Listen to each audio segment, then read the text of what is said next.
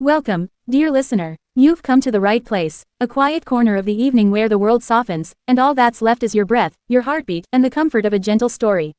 Tonight, we'll wander down cobbled lanes, follow the paw prints of a stray cat, and discover how kindness can turn even the busiest city into a cradle of warmth. So, settle in, rest your head, let your eyes grow heavy, and let me tell you a tale, slow and soft, like the hush of dusk. Long ago, in a city that never truly slept, though it always paused for tea, there lived a cat. Not a cat with a name, exactly. No one had ever written it down, and the cat, being a cat, never felt the need to tell anyone. But the people of the winding streets had many names for her: Pishy, Billy, Graytail, and even Madame Meow. She was striped like the evening clouds, soft gray, dusted with ash and moonlight. Her paws were quiet, her eyes, a drowsy amber. And each day, she roamed the alleyways of a city that was both ancient and alive. This city was old, so old that even the bricks beneath its oldest mosque had forgotten the names of the hands that placed them. The air carried the scent of cumin and cardamom, mingled with old books, ink, and the metallic whiff of coins. And the rooftops held stories whispered by laundry drying in the breeze. People bustled in daylight, their sandals slapping stone, their carts creaking. Children played cricket with sticks and laughter. Tailors stitched stories into cloth.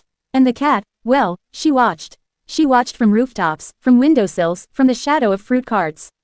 She knew which butcher gave her trimmings, which librarian left a saucer of milk by the back door, and which child giggled each time she flicked her tail. But it was in the late hours, that hushed, honey-lit time when the city blinked sleepily, that she wandered most freely. One such evening, just as the sky had turned the color of steeped tea, and the call to prayer had gently echoed through the stone courtyards, something peculiar stirred. Down by the flower seller's corner, past the spice merchant's shutters, a small pair of feet pattered uncertainly. A toddler, no taller than the lowest windowsill, he wore a little red tunic and had curls like coils of ink. His eyes were wide, not frightened, exactly. Just wondering. He had toddled away from his mother, who'd been bargaining gently over lentils, her eyes only a moment away. But the market is a curious place, and the city, full of interesting corners. And so the boy had wandered. People passed him with distracted kindness. A woman tousled his hair. A baker offered him a sweet roll. But he was looking, not for treats, but for something he couldn't quite name. And that's when the cat appeared. She watched him from a wall, tilted her head, jumped down, silent as twilight, and began to walk. The toddler followed, because, of course, he did. The alleyways were not dangerous, not in this story.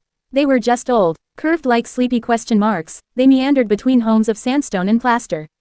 Laundry swayed above like banners. Muffled radios whispered old songs. The cat moved with certainty. She paused now and then, glancing back with a flick of her tail. The boy kept pace with short, sturdy steps. Now and then he clapped softly, or pointed at a mosaic tile, or marveled at a snail making its own slow journey. They passed an old man pouring tea through a long-handled pot. He looked up, smiled, and nodded at the cat, as if she were expected. They passed a group of girls chalking flowers onto stone. One offered the boy a piece of chalk. He scribbled a swirl, then moved on. The cat wove through it all. She knew the paths not on any map. She knew which stones wobbled, which gates creaked, and which alleyways filled with sun by morning. And slowly, quietly, they drew closer. Meanwhile, a mother searched. Her voice, soft but firm, had begun to thread its way through the streets. "Has anyone seen a boy in a red kurta? About this high?" Shopkeepers nodded. Someone pointed. The trail grew warm. And so, two stories twined through the city, one meandering behind soft paws, and one racing behind a mother's heart. And eventually, they met. It was beneath a fig tree, older than many buildings, gnarled and slow. There, on a low stone step, the toddler sat, watching the cat bat at a beetle with gentle disinterest. The mother turned the corner, breath-catching. She didn't shout, she only knelt, gathered him close, held him long. The cat blinked, as if satisfied. Then, with the faintest stretch, she turned and walked away. No one stopped her. She had more alleys to visit. And so, the story traveled.